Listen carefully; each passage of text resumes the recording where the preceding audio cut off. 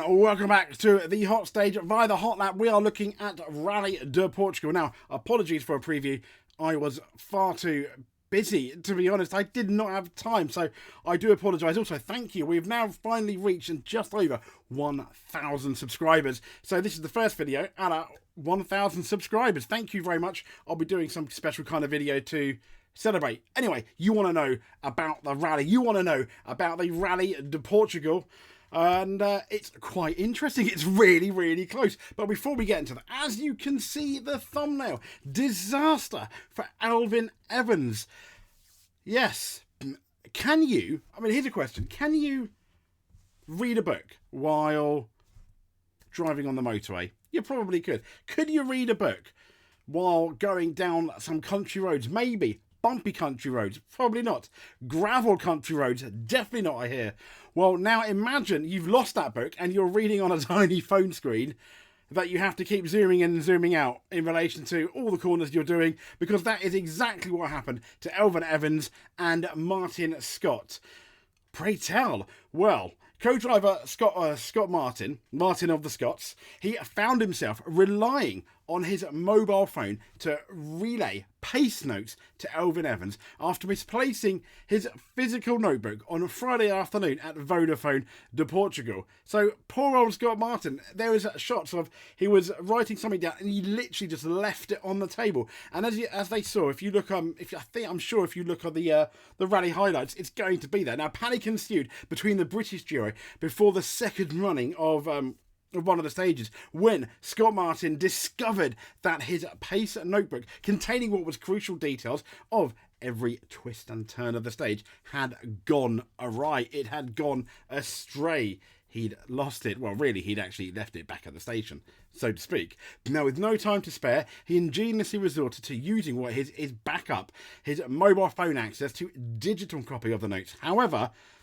the bad luck continued. The disastrous stage continued. The stage, the stage of doom for poor Evans, as their Toyota their Toyota Rally GR Yaris, I'll get to say it properly, it sustained front tyre damage during the stage, costing him almost 1 minute. Now, to be fair, Evans wasn't really having the best rally in the world until, even before they ended up going to that stage. But still, that's it. And it's so close up front. He's going to have to rely on mistakes from the people ahead of him, which is most people, unfortunately, to get any kind of decent result. I think the only saving grace is Nouvel's not exactly doing great as well as title challenger. But Elfyn EVANS has said driving the World Rally Championship stages to pace notes from a smartphone was almost as good as normal following this bizarre incident. So, as we know, he was forced to drive pace notes with poor Scott Martin essentially next to him. You can see him zooming in, almost, it does appear he's zooming in and out of his phone. And it was triggered by a bottleneck at the end of stage 6. Hyundai's Terry Neuville and his co-driver faced a delay as officials marked their time card that required, I think, Martin, I'm going to get the Weidiger, I've got that name wrong, to exit his vehicle, obviously to speak to officials. Now, the issue hadn't been resolved by the time Evans pulled up, resulting in Martin leaving the car to hand his time card to an official. Now, Martin opted to carry his pace notebook with him to the time control desk and accidentally left it there. Now, after realising it was an absolute panic. But Evans did say, I'm very surprised how well he was doing, to be honest. There was obviously the odd stumble when the phone didn't do what he wanted to, but otherwise it wasn't disturbing and almost as good as the normal thing. Now, Martin admitted the moment he realised the error, it brought on, let's be fair, a moment of panic. Kind of like, where are my keys? Where's my phone? Where's my wallet? It was almost looking at like someone that had lost one of them. But he was glad he had a backup plan, and he didn't lose his phone because that's exactly what he used. And he said, I thought to myself, one day I might be in a situation where I don't have them or they are lost, Martin told motorsport.com. He said, you never stop learning and thinking of ways to have yourself covered. I say it quite a lot, to expect the unexpected, especially in rally, I'd imagine. But he said, expect the unexpected and trying to have a backup plan. Now, all those years of scanning them and having them digitally on the phone has paid off. He said, I didn't know how it was going to go. My eyes were starting to get a bit weaker, especially when you're looking at digital screens. I surprised myself. I was just worried about all kinds of things, like making sure the phone was on airplane mode and thinking about all the things the phone has that you don't really use. I had nothing distracting me, so no notifications. Oh God, imagine getting like a WhatsApp notification or some, a phone call in the middle of that. But when asked if the system could be the future of co-driving, Martin added, "I don't believe it is the future. I still like pen and paper." The pace note issue contributed to what was a difficult day for Evans, as we said, who had been struggling for confidence in his Toyota. He said, "This is not a lot of positives to take. Basically, everything we touched has gone wrong," he said, "but that's how it is." Evans, who ended Friday in 8th, 1 minute 43.2 seconds adrift of leader Kalle Rovanperä, with a title rival Nouvelle in 6th, so it's not the end of the world. But he said, "I think we worked through some things that felt better, but I still don't think we found the ultimate package yet. I think there are still answers there somewhere. It is just about learning," he said. "And there is nothing to fight for as such in terms of catching somebody on pure pace unless somebody has trouble. We just try to go out there and have a good feeling with the car." So he's kind of admitting that unless something very interesting happens, his rally is pretty much over. But what happened to the other contenders? Well, let's get into it here. This is from Rallyfish. So as we know, a certain Finnish person heads a Toyota, what looks to be at the moment, a Toyota podium lockout, as the top 4 are blanketed by just 5.4 seconds going into the biggest day of the rally. As we know, Rovanperä overcame, it says, a challenging Friday to lead a frenzied seesaw battle for the Vodafone Rally de Portugal top spot. The Toyota driving Finn, he topped the 5th round by a mere 1 second from his teammate, Sebastian Ogier. It's one legend onto a potential legend, isn't it?